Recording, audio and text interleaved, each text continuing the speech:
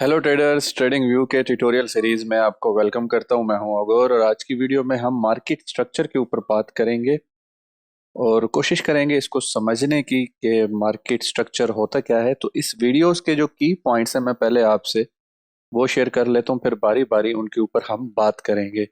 मिसाल के तौर पे सबसे पहला है कि why information from text book and YouTube में differ from what's happening in the actual market. यानी कि मार्केट स्ट्रक्चर को लेके जो आपने बुक्स में पढ़ा है या किसी पीडीएफ्स में पढ़ा है या फिर जो आपको यूट्यूब से वीडियो मिलती हैं या आप जो कुछ इंडिकेटर्स के ऊपर देखते हैं वो और एक्चुअल मार्केट के अंदर इतना ज्यादा फर्क क्यों होता है। इसमें फिर जो सेकंड पॉइंट हम डिस्कस करेंगे कि understand the reason behind indicators and software sometime providing incorrect trend signals की जो आप इंडिकेटर यूज करते हैं मार्केट स्ट्रक्चर को देखने के लिए, हायर हाइज हायर लोज वाले या ब्रेक ऑफ स्ट्रक्चर वाले या फिर चेंज ऑफ करेक्टर वाले, वो आपको गलत क्यों सिग्नल दे रहे होते हैं या फिर उसके पीछे क्या लॉजिक होती है। जो चीज़ आपको समझने की ज़रूरत है, क्या वो इंडिकेटर्स गलत होते हैं या आप ट्रेंड को सही से आइडेंटिफाई नहीं कर पा रहे होते। इसमें फिर जो तीसरा पॉइंट हमने डिस्कस करना है कि वो ट्रेंड होता क्या है, ट्रेंड की कितनी इकसाम होती हैं और जो हमारा कॉन्सेप्ट्स हैं ब्रेक ऑफ स्ट्रक्चर के या चेंज ऑफ करेक्टर के वो क्या होते हैं। फिर इसमें हमने आइडेंटिफाई करना है ब्रेकआउट्स जो हैं वो हमारे वैलिड हैं या नहीं है। तीसरा पॉइंट जो है कि वो हम किस तरह से आइडेंटिफाई कर सकते हैं कि जो ब्रेक ऑफ स्ट्रक्चर है ये हमारा वैलिड है, ट्रू है, ये बिल्कुल सही है मार्केट के अंदर। जो हमें हमारा ब्रेक ऑफ स्ट्रक्चर हुआ है कहीं ये ट्रैप तो नहीं है, क्या ये कहीं पे एक बुल्स की तरफ से या बेयर की तरफ से लिक्विडिटी या फिर मार्केट मेकर की तरफ से कुछ इस तरह की चीज तो नहीं है जिसकी वजह से आप नुकसान उठा सकें। इसके बाद जो चौथा पॉइंट है और हम भी इस वीडियो में कोशिश करेंगे जानने के लिए कि प्राइस की जो मूवमेंट है वो कहाँ पे हमें रिवर्सल बताएगी और कौन सी जो है हमारी ट्रेंड की कंटिन्यूएशन होगी। इसके बाद हम बात करेंगे पुल बैक्स और रिट्रेसमेंट क्या होती है या फिर जो हमारा कंटिन्यूएशन है ट्रेंड का वो किस तरह से होता है कि वो हमने किस तरह से पहचानना है। और फिर उसके बाद हम चेंज ऑफ करेक्टर की टाइप्स जो हैं वो देखेंगे कि कितनी किस्म के होते हैं चेंज ऑफ करेक्टर। और फिर जो मेजर मिस्टेक होती है चेंज ऑफ करेक्टर के दौरान, जो बहुत से ट्रेडर्स चेंज ऑफ करेक्टर जो है ना गलत तरीके से आइडेंटिफाई करते हैं जिसकी वजह से उनको नुकसान उठाना पड़ता है, उसके ऊपर बात करेंगे। और इसके बाद फिर जो रूल्स हैं ब्रेक ऑफ स्ट्रक्चर और चेंज ऑफ करेक्टर के जो आपने जहन में रखने हैं हमेशा ब्रेक ऑफ स्ट्रक्चर देखने के लिए या फिर चेंज ऑफ करेक्टर्स जो भी हमारा वैलिड है या ट्रू है उसको देखने के लिए जो असूल हैं दो तीन वो आपने कौन से जहन में रखने हैं। तो ये सारी चीजें इस वीडियो के अंदर हम कवर करेंगे। अच्छा, यहाँ पे आपको सबसे पहले ये चीज समझने की जरूरत है कि मार्केट की जो मूवमेंट होती है, मार्केट जो चलती है, उसके पीछे दो अहम फैक्टर होते हैं जिनकी वजह से प्राइस जो है हमारी वो मूव करती है। यानी कि मार्केट के अंदर कुछ इस तरह के दो अहम फैक्टर्स होते हैं जिनकी वजह से हमारी प्राइस मूवमेंट करती है। एक फैक्टर होता है ट्रेंडिंग का जिसके अंदर अप ट्रेंड होता है या फिर डाउन ट्रेंड होता है। दूसरा फैक्टर होता है कंसोलिडेशन का या साइडवेज जिसे हम कहते हैं, दोनों दोनों चीजें कहते हैं, जिसके अंदर मार्केट जो है वो चौपी होती है या रेंज कर रही होती है। तो ये दो फैक्टर्स हैं मार्केट की मूवमेंट के पीछे जो कि बहुत जरूरी है। अप ट्रेंड, एक अप ट्रेंड हो गया, एक डाउन ट्रेंड हो गया, ये एक ही फैक्टर है। यानी कि मार्केट की जो हमारी सिमत है वो या तो अप ट्रेंड में है या डाउन ट्रेंड में है या फिर हम साइडवेज एक्शन में है। अब साइडवेज एक्शन में जब जब भी होते हैं कंसोलिडेशन फेज के अंदर, उसके अंदर या तो हम लिक्विडिटी बिल्ड कर रहे होते हैं या फिर जो बिग ऑर्डर्स हैं, बिग प्लेयर्स हैं, वो यहाँ पे अकोमुलेशन कर रहे होते हैं। तो ये दो वजूहात होती हैं साइडवेज एक्शन की। तो ये चीज आपको पहले क्लियर होनी चाहिए। लेकिन जब आप चार्ट पे देखेंगे, यानी कि आपने देखना है कि ट्रेंड, अब चार्ट के ऊपर ट्रेंड अप ट्रेंड है या फिर डाउन ट्रेंड है या साइडवेज है, तो उसके लिए आपको मार्केट का स्ट्रक्चर पहले समझना होगा। क्योंकि ये चीज तो हो गई क्लियर कि भाई मार्केट हमारी या तो ट्रेंडिंग में होती है या कंसोलिडेशन में होती है। लेकिन अब ये हमें किस तरह से पता चलेगा कि इस वक्त जो हमारी मार्केट है वो ट्रेंडिंग में है या कंसोलिडेशन के अंदर है, साइडवेज के अंदर है। उसके लिए आपको पहले सबसे पहले मार्केट स्ट्रक्चर का जो है ना उसको समझना होगा। क्योंकि जब तक आपको असल हाइज और लोज का मालूम नहीं होगा तो आप ट्रैप में फंस जाएंगे। असल हाइज और लोज कौन सी हैं और उसके बाद जो वैलिड है यानी कि जहां से हमारा मार्केट स्ट्रक्चर शिफ्ट हो रहा है वो कौन सा है, तो पहले उसको समझते हैं। तो उसके लिए हम चलते हैं अप ट्रेंड पे। अब ट्रेंड के अंदर क्या होता है कि एक सीरीज होती है, यानी कि सीरीज होती है हायर हाई हायर लोज की, हायर हाई हायर लोज की। इसके अंदर सबसे पहले एक हमारी लो फॉर्म होती है, जो भी हमारी लो प्राइस है, उसके बाद प्राइस हमारी हाई प्राइस पे जाती है, फिर उसको प्रोटेक्ट करने के लिए हायर लो बनाती है, और फिर इसको लूज ना करने के लिए, यानी कि प्राइस और बायर्स चाहते हैं कि जो हमने अभी हायर लो बनाई है, ये वाली जो हमारी प्राइस है, ये हम इसको सेफ रखें, उसके लिए हमें पिछली हाई से प्राइस को तोड़ना पड़ता है, यानी कि ऊपर की तरफ जाना पड़ता है। तो ये हायर हाई बनती है और इस तरह से हायर लो बनती है। और जो ये हमारा, जब हम पिछली यानी कि न्यू हायर हाई बनाते हुए पिछली हाई को जब ब्रेक करते हैं, तो ये हमारा ब्रेक ऑफ स्ट्रक्चर होता है। लेकिन इसकी डिटेल में मैं आगे से आपको बताऊंगा कौन सा ब्रेक ऑफ स्ट्रक्चर जो है वो वैलिड है और कौन सा नहीं है। तो लेकिन अभी हम चूंकि अप ट्रेंड के बारे में बात कर रहे हैं, तो अप ट्रेंड के अंदर आपने ये चीज जहन में रखनी है कि सीरीज होगी हायर हाई हायर लो की। और उसके बाद हम बात करते हैं डाउन ट्रेंड की। तो डाउन ट्रेंड के अंदर जो सीरीज होगी वो lower low lower highs, lower low और लोअर हाइज की होगी। इसके अंदर भी इसी तरह से होता है कि जो प्राइस है वो लो बनाती है, उसके बाद लोअर हाई बनाती है, फिर लोअर लो बनाती है, फिर रिट्रेस होती है, ऊपर जाती है, लोअर हाइज बनाती है। तो ये हो गया अप ट्रेंड और डाउन ट्रेंड।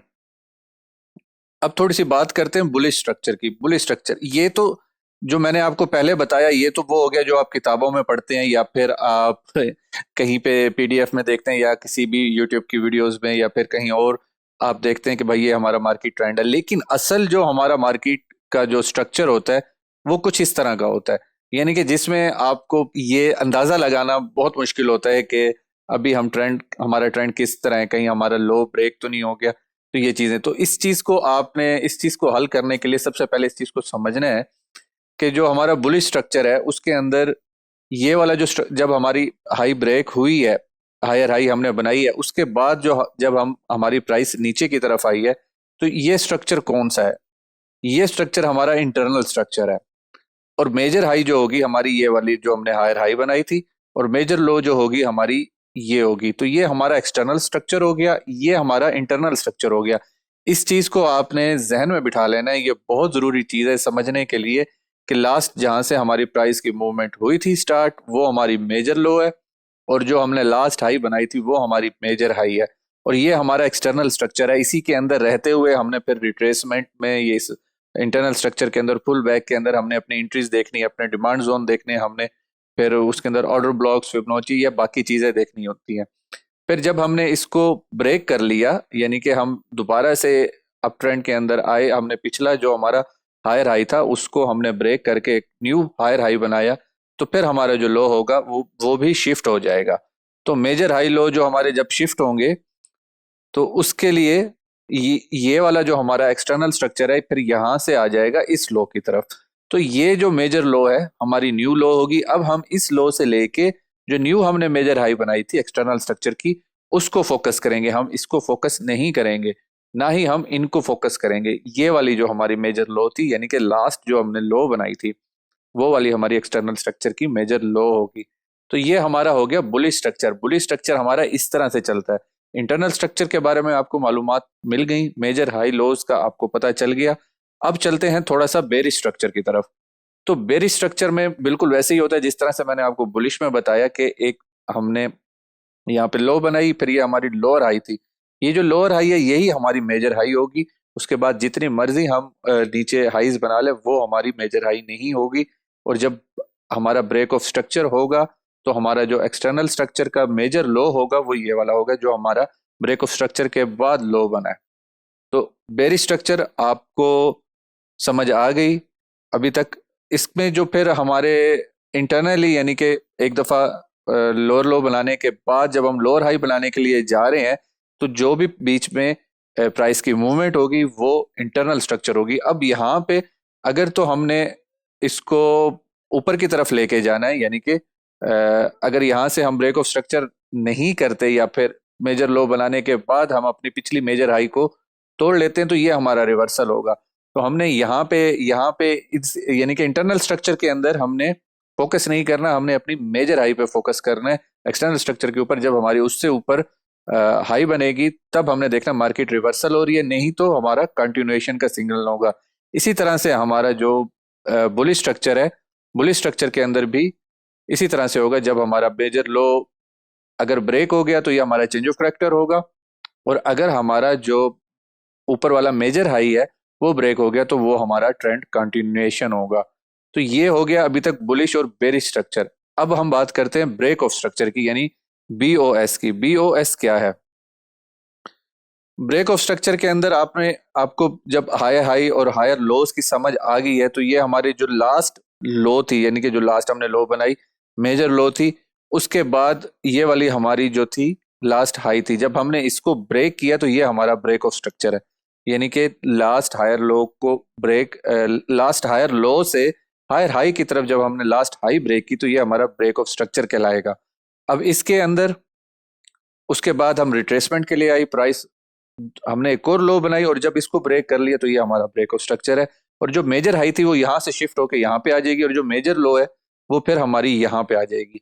तो यहाँ पे आके हमने फिर जो भी फिबोनाची है, फेयर वैल्यू गैप्स हैं, या जो भी चीजें हैं मुख्तलिफ टेक्निकल्स जो मैं आगे चल के आपको समझाऊंगा भी सही, वो फिर हमने यहाँ से लेके यहाँ तक पुल करनी है। यानी कि रिट्रेसमेंट के जोन देखने हैं, डिमांड जोन देखने के हमारे अब डिमांड जोन किधर है।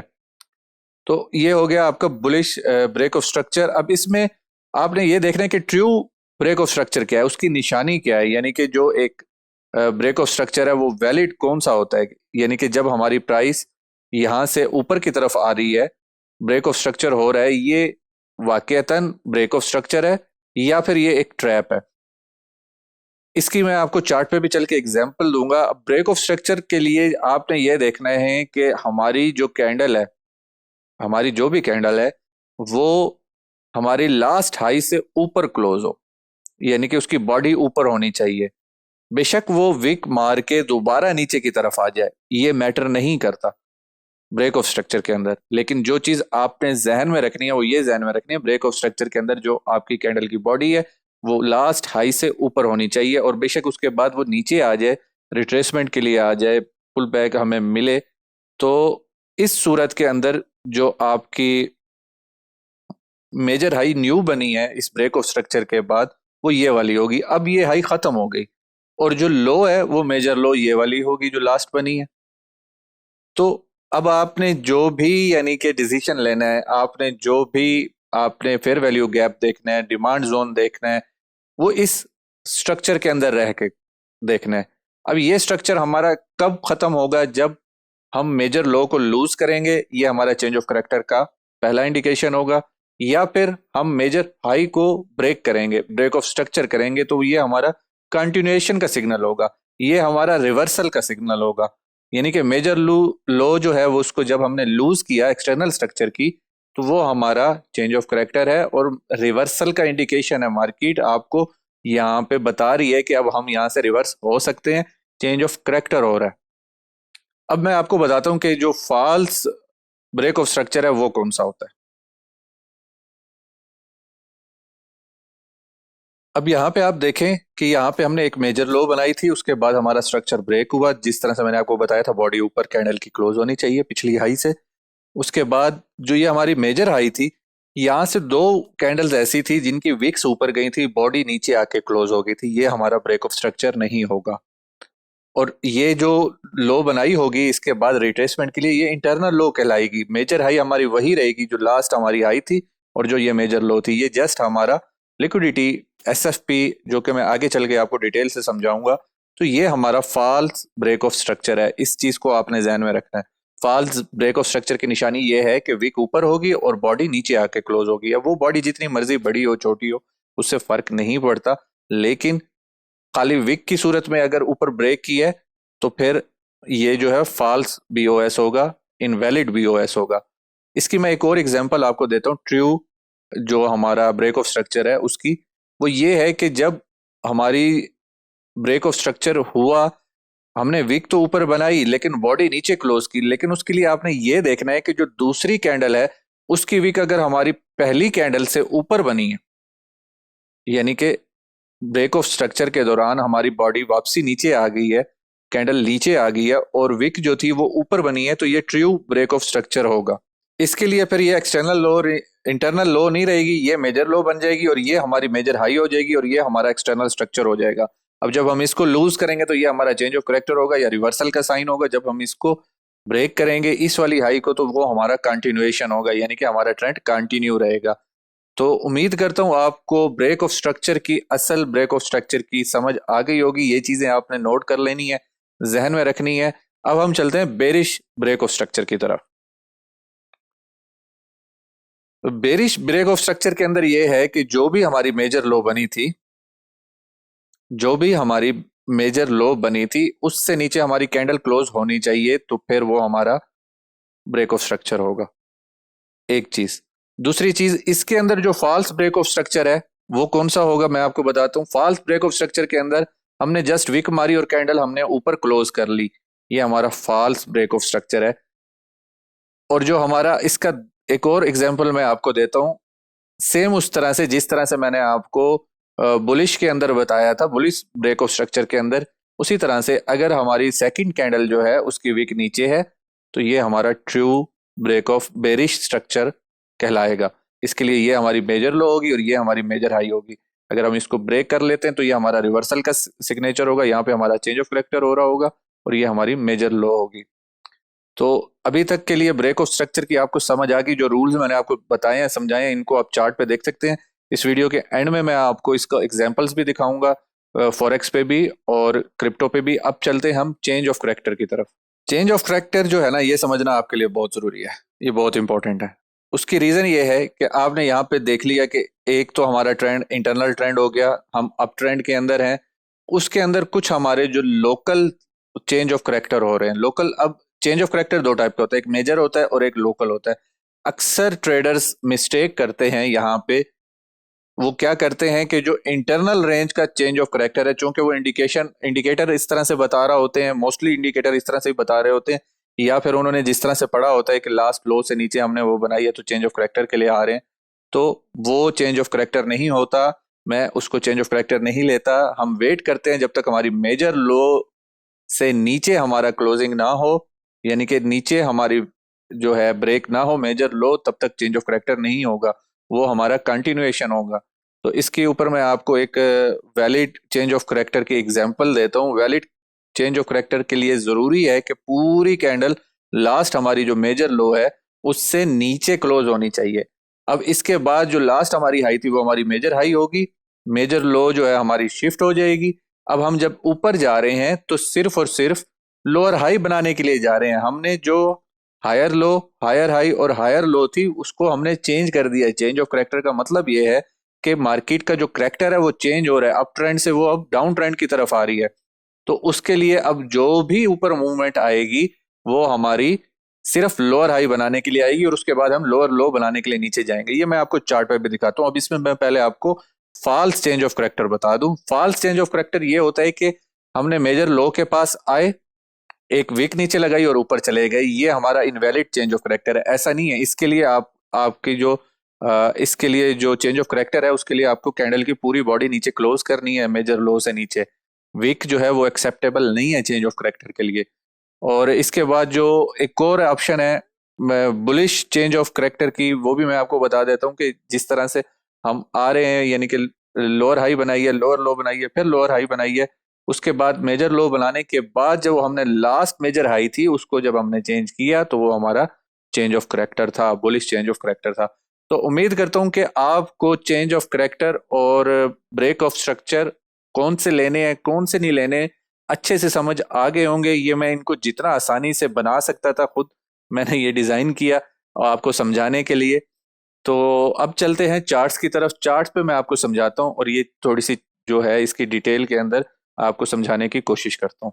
जी ट्रेडर्स, ये हमारा बीटीसी का चार्ट है। यहाँ पे हमने एक हाई फॉर्म की है और उसके बाद यहाँ पे एक लो बनाई है। लो बनाने के बाद जब हमारी प्राइस यहाँ से निकली है तो ये हमारा एक बिल्कुल चेंज ऑफ करेक्टर था। इसके लिए अगर मैं आपको यहाँ पे जूम करके दिखाऊं तो हमारी जो दो कैंडल्स थी, अगली उसकी जो विक थी वो ऊपर थी, पहली कैंडल की विक नीचे थी। लेकिन यहाँ पे हुआ क्या कि जब हम आए उसके बाद प्राइस हमारी कंटिन्यू रही। तो ये हमारा चेंज ऑफ करेक्टर था जो कि ट्रू चेंज ऑफ करेक्टर था।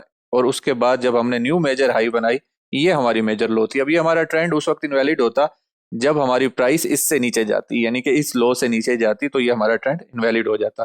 फिर उसके बाद जैसे ही हमने इसको ब्रेक किया तो ये हमारा ब्रेक ऑफ स्ट्रक्चर था, ये वाला। और उसके बाद हमने एक न्यू मेजर हाई बनाई, यहाँ पे हायर हाई बनाई। हायर हाई बनाने के बाद हम दोबारा आए मेजर लो बनाने के लिए।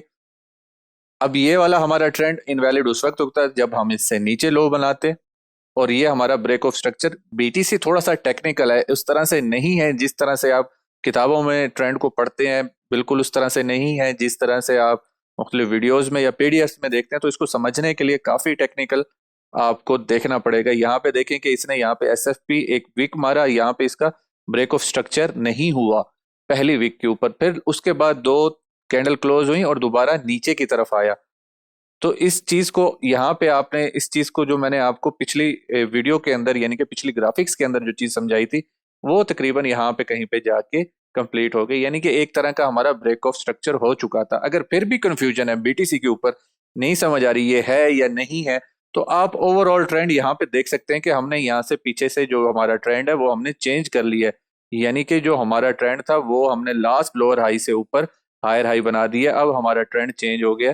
तो इस चीज को भी आपने जहन में रखना है, यानी कि जो आपका ब्यास है, जो आपकी एक पिछली यानी कि आप इसको कह सकते हैं कि आपकी जो यानी कि ट्रेंडिंग कॉन्सेप्ट है, उसको भी आपने ये जहन में रखना है कि देखिए हमारा पिछली जो चीज है, जिस तरह से रवानी से हम आ रहे हैं या जिस तरह से हमारा एक ट्रेंड आ रहा है वो किस तरह का है। तो ये ब्रेक ऑफ स्ट्रक्चर हुआ या नहीं। अब यहाँ पे आके फिर दोबारा से टेक्निकल हो गया कि इसने मेजर लो के पास आके एक और लो बनाई, ये वाली लो हमारी खत्म हो गई। अब हमने इस हाई से मेजर हाई से इस लो तक देखना है रिट्रेसमेंट के लिए कि यहाँ से इसको ब्रेक करते हैं, ब्रेक ऑफ स्ट्रक्चर होता है या नहीं होता, या फिर हमने नीचे की तरफ जाना है। नीचे की तरफ जाने के लिए जरूरी था कि इससे नीचे हमारी एक कैंडल क्लोज होती, हमारा बेरिश स्ट्रक्चर चेंज होता, तो हमारा रिवर्सल का साइन होता। ऊपर जब आते तो फिर उसके लिए हम जस्ट लोअर हाई बनाने के लिए आ रहे होते। इसके बाद गोल्ड की मैं मिसाल लेता हूँ। फॉरेक्स पेयर के ऊपर जो है ना जो मार्केट का स्ट्रक्चर है वो बिल्कुल तकरीबन वैसा होता है जिस तरह से हमें पढ़ाया जाता है। तो बिटकॉइन के ऊपर उस तरह का नहीं होता। अगर यहाँ पे देखें तो यहाँ पे सिंपल और सबसे आसान जो है ना स्ट्रक्चर बना हुआ है, एक हाई फॉर्म की, एक हमने यहाँ पे लो बनाई, उसके बाद फिर एक और लो, एक और मेजर हाई बनाने के लिए आए, और यहाँ से फिर हम चले गए एक और लो बनाने के लिए। तो ये सीधा सीधा ट्रेंड है, बिल्कुल आसान सा। इसको समझने के लिए यानी कि इसमें देखने के लिए कोई ज्यादा जरूरत नहीं है, एक ये हमारा क्लियर ट्रेंड है।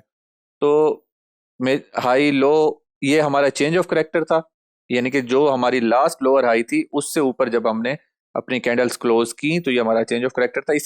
इसी वजह से जब ये नीचे वापस आया रिट्रेसमेंट के लिए और उसके बाद इसने अपना स्ट्रक्चर को ब्रेक किया और यहाँ पे आके मेजर हाई बनाई, फिर उसके बाद मेजर हाई बनाई और ब्रेक ऑफ स्ट्रक्चर हो गया।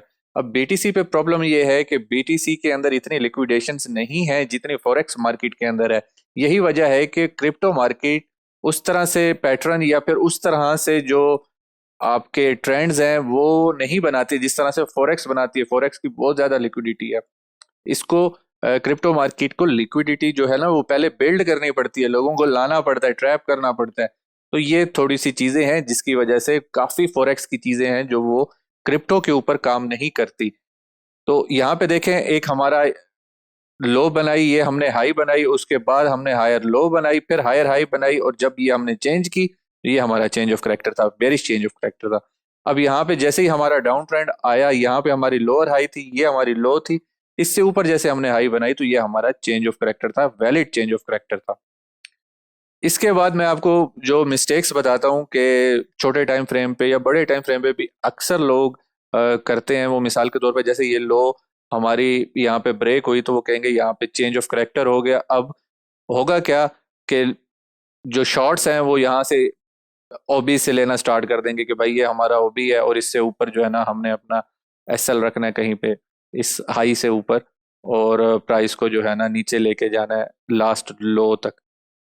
और होता क्या है, प्राइस उनकी अपोजिट चली जाती है और स्टॉप लॉस उनका हिट कर देती है। इसी तरह से ये जो था हमारा चेंज ऑफ करेक्टर हो रहा था, ये भी फॉल्स है। ये इंडिकेटर्स बता रहे होते हैं कि भाई हमारा चेंज ऑफ करेक्टर हो गया।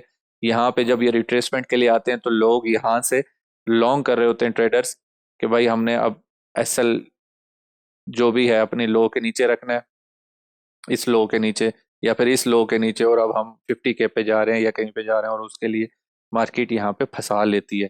तो ये इंडिकेटर्स के अंदर ये प्रॉब्लम आती है, या जिस तरह से पढ़ाया जाता है सिखाया जाता है। तो उसके लिए जो मैंने आपको तरीक़ाकार इस वीडियो के अंदर बता दिया, इसको अगर आप याद कर लें तो ये आपके लिए बेहतरीन हो जाएगा। अब यहाँ पे कंसोलिडेशन या जो साइडवेज है प्राइस एक्शन में, उसका भी आपको समझा देता हूँ कि उसके अंदर होता यह है कि हम इक्वल हाइज और इक्वल लोज बना रहे होते हैं।